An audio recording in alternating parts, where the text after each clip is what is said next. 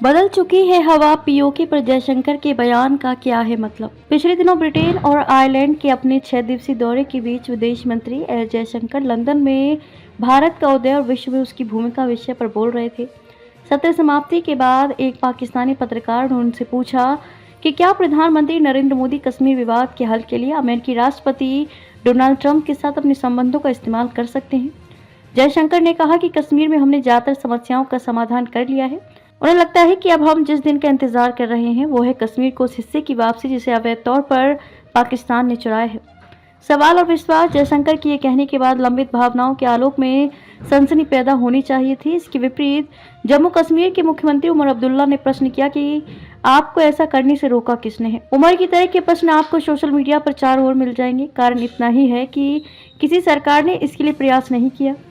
22 फरवरी 1994 को संसद द्वारा सर्वसम्मति से जम्मू कश्मीर राज्य के अधिकृत क्षेत्र को खाली कराने का संकल्प केवल कागजों तक सीमित रह गया। ऐसे में आम लोग कैसे विश्वास करेंगे कि कोई सरकार पीओके वापस लेगी। हासिल का संकल्प। जयशंकर से पहले गृह मंत्री अमित शाह और रक्षा मंत्री राजनाथ सिंह संसद में बयान दे चुके हैं कि जम्मू कश्मीर के लिए बनाई जा रही नीतियों में पाक अधिकृत कश्मीर और अक्साई चीन भी शामिल है। गहराई से देखें तो उनके वक्तव्यों में हासिल करने का संकल्प भी दिखाई देगा। सेना प्रमुख का बयान है कि सेना तैयार है। इस बार केंद्र सरकार की नीति और व्यवहार में पूर्व सरकारों से मौलिक अंतर है। किसने कल्पना की थी कि अनुच्छेद 370 खत्म कर दिया जाएगा। पुलवामा हमले के बाद भी किसी को नहीं लगा था कि वायुसेना सीमा पार बमबारी कराएगी। आज नहीं तो कल पाकिस्तान अधिकृत कश्मीर की वर्तमान स्थिति केवल क्षेत्र के आर्थिक विकास के नजरिए से ही नहीं, सुरक्षा की दृष्टि से भी परेशानी की बड़ी वजह है। यह 2 हिस्सों जम्मू कश्मीर और गिलगित बाल्टिस्तान के रूप में बटा है। 1963 के एक समझौते में काराकोरम के उत्तर में स्थित जम्मू कश्मीर के 5000 वर्ग किलोमीटर सक्सगाम क्षेत्र को पाकिस्तान ने चीन को दे दिया था। चीन पाक आर्थिक गलियारा वहीं से होकर ग्वादर बंदरगाह तक जाता है, जिसका भारत ने लगातार विरोध किया है। इसे भारत का अभिन्न अंग बनाए बिना हमारी सुरक्षा कैसे सुनिश्चित हो सकती है। इसलिए आज नहीं तो कल किसी सरकार को ये काम करना ही होगा। ये मानना गलत है कि पीओके के लोग पाकिस्तान के पक्ष में हैं। कबायलियों द्वारा कब्जा किए क्षेत्र को भले ही उस समय कश्मीर के एक वर्ग ने स्वतंत्र घोषित कर दिया, लेकिन इसका पूरा नियंत्रण इस्लामाबाद केंद्रित है। विधानसभा होने के बावजूद उसके पास कोई अधिकार नहीं है। आज तक पाकिस्तान को हिम्मत नहीं हुई कि वह इसे अपना प्रांत घोषित कर दे। पाकिस्तान के संविधान में सिर्फ 4 सूचीबद्ध प्रांत हैं: पंजाब, खैबर पख्तूनख्वा, बलूचिस्तान और सिंध।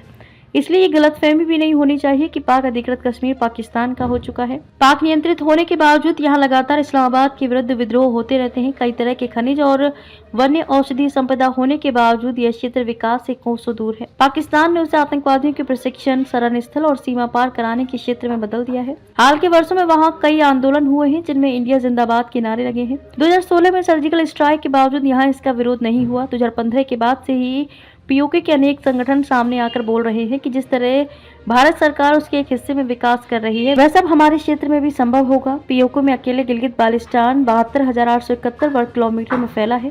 बाल्टिस्तान में अधिकतर बलूच हैं, तो इसे बलूचिस्तान भी कहा जाता है। बलूचों के अंदर पाक के विरोध और उसके मुक्ति का सघन संघर्ष है। बलूच विद्रोही नेता लगातार भारत से स्वतंत्रता के लिए मदद मांगते हैं। कभी भारत की ओर से ऐसे वक्तव्य के विरोध में पाकिस्तान और अनेक मुस्लिम देशों के साथ यूरोप, अमेरिका से आवाजें आती थीं। इस बार पाकिस्तान को छोड़कर एक भी स्वर विरोध में नहीं आया।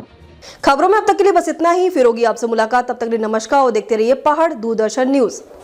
ऐसे ही लेटेस्ट अपडेट पाने के लिए हमारे चैनल को सब्सक्राइब करें और तुरंत नोटिफिकेशन पाने के लिए बेल आइकन प्रेस करना ना भूलें। यदि आप हमें फेसबुक या इंस्टाग्राम के माध्यम से देख रहे हैं तो हमारे पेज को फॉलो जरूर करें। धन्यवाद।